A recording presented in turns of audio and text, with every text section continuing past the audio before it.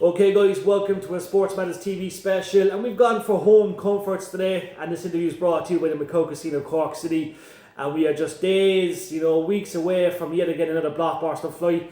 The man next to me, he's fought all over the world, but Australia, it's incoming, it's another big fight, and every fight's a big fight now these days for you, I suppose. You're in that category of where the elite promoters want to pick the best fighters in the world, and I suppose that's a bonus that, you might fight 2-3 times a year and they're all in different parts of the world. But Ryan, how was preparation gone ahead of this trip to Australia? Down under, it's a massive fight, we've seen the posters, it's world champion, it's a big deal, man. It is a big deal. We're 11 days out from another massive fight, world title fight. It's a big fight in terms of not even without having the belt on the line, but it's two world champions fighting. Yeah. So it's like, who is number one at 55 kilos? Yeah. In the world. So we're going to that stage to see who's going to be come out the top dog, basically. Yeah, and look, it's no surprise to you. Look, you're always in them big fights. We speak of promoters, promotions. They all want your name on that poster. You have numerous offers on the table as always, but look, why Australia? It's obviously appealing. It's a new country, and look, the weather's going to be good as well. Yeah, the offer came around about 3 months ago, and ISK were like, look, there's a big fight. Two of you want to go for, or they wanted two of us to fight each other for the belt. Yeah. Australia was the location. There was actually 2 or 3. First it was meant to be in Sydney. Yeah. Then it was meant to be in another part of Australia. Then it finally got moved to Brisbane. Yeah. Lachlan Lord did for that one. Signed the contract, and then surely that's when the fight got announced. Then it was say 10 weeks ago. Yeah, and look, the graphic work first of all. When the graphics went up, because I knew there was going to be a bit of news coming. We spoke months ago, and I knew there was a few things on the table for you. But we spoke months ago, and look, it's the right fight for you. Look, you were always in these big fights first of all, and look, this is what you want, and this is what you always do. Well, when I message, I always give you heads up first before it drops, because it's nice to give the people who all support you the heads up. Yeah. And I was actually originally meant to fight in Japan. That's when I started coming into fight camp again. Yeah. Because there was an offer for Japan, and then that fell through, but we were already in fight camp, so it was like we just rolled straight into the Australian fight. So I was kind of lucky in both senses that they came around the same time, the offers, because we were able to step up the training towards the summertime for this fight, and now it's just the right time for this fight to happen. Yeah. Because he has the WBC world title I lost last year. I'm the current champion for ISKA. The plan is get this fight done, and hopefully we can get back to having the WBC world title, Yeah. And look, there's no shortage of options for you. Yet again, look, this is a grueling sport. We always mention it's a sport that doesn't get the recognition it deserves, but it's thanks to you and other fighters we're seeing all these big fights happen around the world. World titles mean a lot to you. Look, you've had so many titles throughout the years since day one. You know what I mean? You obviously want to achieve everything, and you've kind of already done that, but the hunger's still there, Ryan, and that's the main thing. That's it. Everyone talks about you win a world title, what's next? Obviously winning the titles, it's amazing, and it's great for to look back on in years to come. But what you're setting yourself up for is how your legacy, your reputation. I always be I want to be known for fighting the best fighters in the world. Yeah. Whatever about the world titles, but if I can go in there and fight Thai champions, other elite world champions, and go neck for neck with them and have an entertaining fight always, that's kind of what you want to that's the story you want to get to tell. Yeah. Because people still talk to me about some of my biggest fights weren't even for world titles. A couple of fights that get thrown in is against Daniel McGowan. Yeah. People still talk about that fight. He still talks about that fight. Yeah. And the marks are still there for both of you. But that's it, that fight has a special place in a lot of people's memories. And there's been a few fights in Cork where it's really been I suppose off the top of it, the Mr. Knock fight. Yeah, that was a great fight. Yeah. Fight, and that was nearly pushing 10 years ago. Yeah. Jeez, it was yesterday, wasn't it? Yeah, that's the thing. I was 18, 19 when I was fighting as the main event, I suppose, in Cork back then. Yeah. And fighting Thai champions and fighting world champions, and as you said, the recognition, it's been there, but it's also kind of overpowered by other sports. Yeah, I understand. Yeah, and it's you know what I mean? When you mention legacy, first of all, Ryan, right? Your legacy is set in stone already. I think it's been set in stone from 8-9 years ago. But like, you know what I mean? There's a different legacy every year for you, and like the streets will never forget. Like the name Ryan Sheehan will never be forgotten in the world of MUAY, you know, mixed martial arts. But you know what I mean?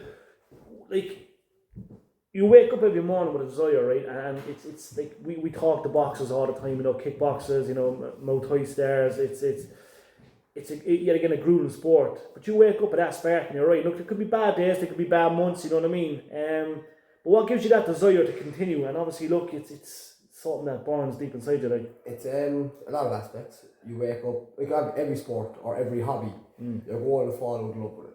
It's natural, especially if you've so much passion for it. Because I've been doing it for so long, it's like, it's second nature to me, but it's also like, you kind of get burnt out. Yeah.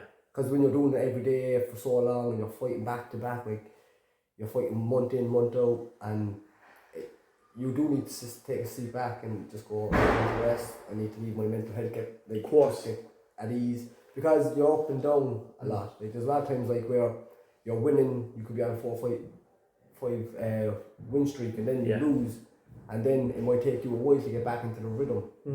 But then that's where you have to remember, like, I'm doing it for myself, and I want to keep doing it for myself. That's the kind of main motivation, like, because you're not, like, everybody loves watching the fights and stuff, but at the end of the day, you're the one that's going in there taking those risks, because deep down, I love fighting. That's the bottom line. Like, I love fighting. And look, you know, you're always training as well. Like, you know what I mean, for a young kid, you know what I mean, on the block, you fought all around the world. Like, you know, we fought for one championship. You know, you fought the best of the best, right? But like, you know, for you being a young lad, you know what I mean. Like, when you think of all that, you know what I mean. You've like, you know what I mean. You've been relevant in this game for, as you said, 10 years. You know what I mean. Just it's surreal, and the fact you're still young. You know, people don't peak until they're 35. You know what I mean, 40. Like, can you see yourself fighting till you're 35, 40? Or look, I remember we spoke in the past. Like, you know, you don't have to, because your legacy is set. But what, like, you know, what is your thoughts on the future, like? Well, look, I suppose I've still got a good bit to go. I'm in my very long time anyway. Look, so I'm kind of lucky in that sense that I've still got a little bit of forward time on my side. So the next 2, 3, 4 years is just more or less. I'm going into my prime years. And I want to be active and busy and fight like the hardest fights that you can possibly get. Like, but after that, I've kind of got a little goal in my head. Like, I want to reach like 70 fights. I want to have like 70 fights. Like, I've already done the world titles. Like, I've done the multiple world titles. But something that's in the back of my head is, like, my trainer Martin Horgan has like, say, 66, 67 fights. As a student, I'd like to go past that. By one. Nipping by one. Like, just to be able to say to him, like, you put this into the hard working with me, I know this is my gratitude, like, because he's the one who put the faith in it, like, from first day, like, because, again, when I started, you'd never imagine to go fighting one championship, like, all over the world, like, Japan, these places, like, in my head, weren't, like, they didn't exist back then. But when they come into reality, like, that's when you start soaking it in, and you understand how far you can take it in. And we speak of Martin. Look, we've had Martin on numerous times over the years. Like, let's be honest, he's always said there's a spark about you when you first walked through, and like, you know what I mean, you're definitely the golden boy of Irish, you know what I mean, of the Irish stars. Like, he's obviously looking forward to getting on the plane as well. But look, it's a big deal. Look, having someone like that behind you is vital. And like, what a promoter Martin is, and you know, what a coach, and what an ambassador for the game. And I'm very lucky that he's my trainer. He's my friend. He's like a father figure. He's my promoter, my manager. So it's like, it's all one, and it's like trustworthy. You know, he has me at like his best interest, and like, I repay that by going out doing these big fights. Because it's like it's a duo. You know, there is no Martin without me. Like, for every single fight I've had, he's been there for every single one. He's been there through all the fight camps. And so, like, it's an emotional roller coaster for us, you know what I mean? And he's going through it just as much as I'm going through it. And same with like a couple of the lads in the gym, like Mick, Aaron, Clancy, the lads who I came up with, like, you know, it's kind of, we're all in the same boat, and we're all going through the emotion when we're leading the fights, like. And look, the team, like you mentioned, Mick, Aaron, Clancy, there's so many. I could be here all day, like Owen, you know what I mean? I always feel like if I'm leaving somebody out, but look, the whole team is it's whoever, beautiful. Like. Whoever knows how much they've meant to the journey so far, like, you know. Yeah. Speaking of your opponent, look, you watch things, you'll see things on YouTube, you'll see things on Instagram. Tough opponent, but listen, you're well equipped for this. Yeah, to be honest, he's just another name. He's a great fighter, don't get me wrong, he's 4-time world champion, he's credible, like, he's tough, he's got what it takes to be a world champion. Yeah. And that's what we want. Somebody who's just as good, if not better. Yeah. And like I always say, it's down to who wins on the day, because he's coming for it, I'm coming for it. Yeah. It's going to be fireworks, because he's got a different style to what I've got. Yeah. Like, both of us come forward, we're two different Thai boxers. So like, we've both got different styles, so it should be really entertaining. And like, I know you won't give away too much tactics, like, you know what I mean, but like, you're explosive, you don't step back. I never see you on the ropes, you know what I mean, you're always in the middle, or you know, the opponent's always against the ropes. There's going to be plenty of elbows, you know, plenty of...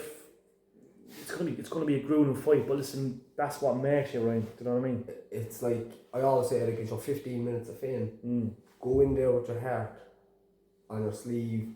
Like, if you get hurt, bite down the country, go forward. Yeah. Unless, like, it's impossible to get back up, then yeah, fair enough, but like, fight with every last breath in your body, like, that's how I look at it, like. Definitely. And in this fight, like, especially because I'm going to his backyard, and the pressure's going to be there, the nerves are there, but like, it's the same thing. I've been here before, I've been here like numerous times, so I'm not phased by that kind of stuff. I'm looking to go in because I'm focusing on myself. Yeah.